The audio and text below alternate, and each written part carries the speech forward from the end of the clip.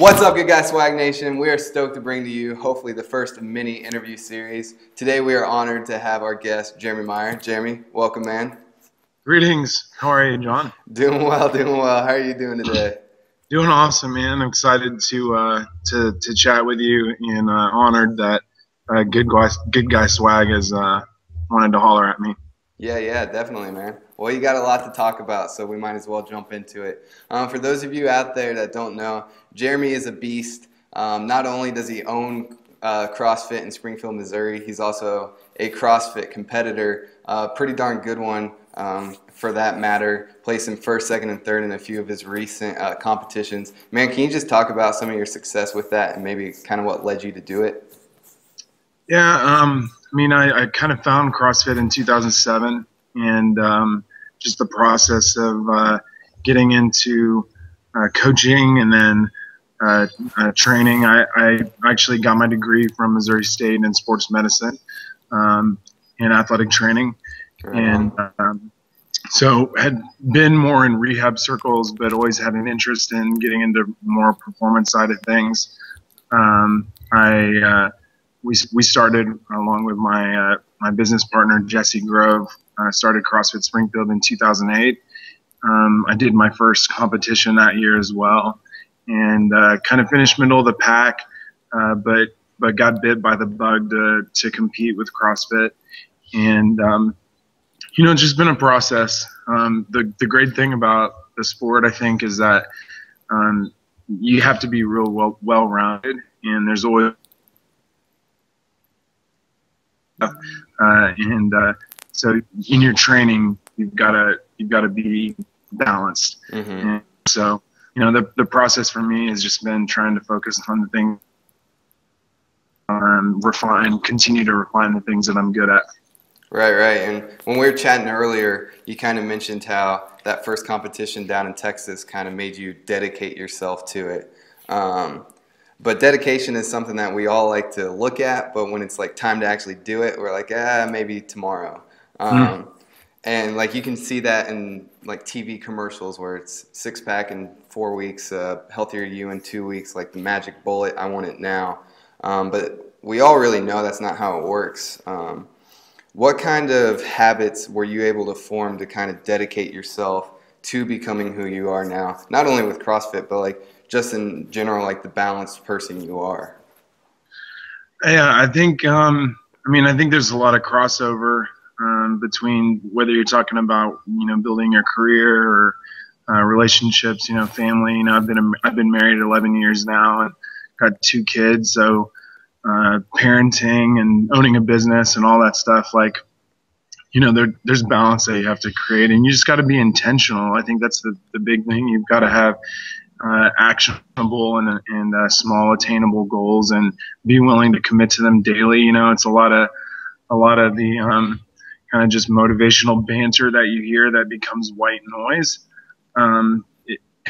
You actually have to put those things into practice. So for me, it's just a day to day, continue to grind, and I've learned that I've got to surround myself with quality people who are going to continue to push me, keep me accountable. And so that's been huge. I've just here, especially in the past year or two, have been even more appreciative of just the fellow coworkers and friends and family that just provide a support system in being able to bounce ideas, struggles and hurdles and victories and failures and shortcomings and all those things off of them. They really do become a source of strength. Just basically live life with them, right? Exactly. Yeah. Good stuff. Yeah. Good stuff. You're talking, kind of take a step back real quick. You said that white noise. A lot of the followers out there are still college aged or pretty young, and something you hear a lot is get involved as much as possible to build up that resume. But what I've noticed causes most of us to do is stress out of our minds because we can't really balance all of it. And really the motivation behind all of it gets lost because we forget why we're doing it. Did you ever struggle with anything like that, or have issues with, oh, maybe I'm in over my head, maybe I should take a step back? Because you were talking about being in college when you started CrossFit. I mean, most people aren't opening a business while they're still in college. Yeah, I think that I've always, had the mentality of I'd rather do one or two things really, really, really well than try to, balance multiple things and just be average. It's like when you go to a restaurant and they've got like Italian, Chinese, American food, like they've got everything on the menu, but you're like, well, you do really well.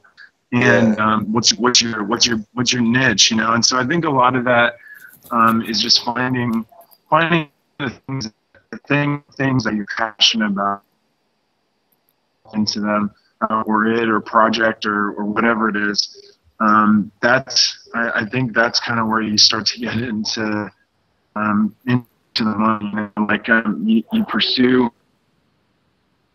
and everything else kind of falls into place. And even aside from that, like one thing I say to our coaches all the time and to our athletes and our members, I'm like, let's be sharp, let's shoot for perfection, and then maybe we'll hit excellence instead of just chasing kind of, middle. Instead of just trying to chase excellence and being okay or good. Yeah. So, find one or two things that you really want to pursue and be relentless. You gotta go for it. Yeah, right on. You're saying like shoot for the stars and see what happens. So do you feel like most of us out here should take a step back from getting over involved, find what we're passionate in, and then pursue that hardcore and see what happens? Yeah, without a doubt. And I think there's a process there. They say that you'll end up changing careers, sometimes several times before you're even 30. And, I look back, I'm 34 now. I look at a lot of my life experiences and the things that I was doing at the time that maybe wasn't like what I wanted to be my career. But I see how it's led to the opportunities that I've now had. Right. Whether, dude, I'm serious, whether it was like valeting cars or doing grunt work, landscaping, like in that moment, I poured myself into doing the absolute best I could. And with the time and the talents and the resources and the ability that I, have been given. So, I see the cumulative effect of that effort, Dude, that's definitely encouraging, because I know there's a lot of us out here that are kind of doing things right now where we don't really see the point, where it feels more like an obligation. We're just like, when is this going to be over? I just want to get to this. But that kind of sounds like, hey, enjoy the journey to it, because you'll look back and realize how it kind of built to who you are now, from the way you just said that, at least. Yeah, so. Yeah, you definitely have to. And I think there's a little bit of a misnomer that get to that next level or get to that next stage or get that promotion or get that degree, and then all of a sudden that's going to solve all your life problems. And it's definitely not the case. You have to. It's it's like you said, it's that journey, and there's going to be trials and there's going to be victories that are associated with each of those seasons of your life. Well, right on. Man, I really appreciate you spending some time with us today. Everybody who's listening out there, I hope you can take some advice and hopefully enjoy the moment that you're in and realize that it's probably building up to something much greater in the end. So just one last little sell for Jeremy. If you guys live in Springfield, Missouri, check out his gym. He is huge. You can't really see just because of his head, but well, there it is. He'll turn you into that if you do some work with him. So, Jeremy, thank you so much again. Thanks so much, John. Thanks, Good Guy Swag. Yeah, man. Have a good day. Yeah, you too. See ya.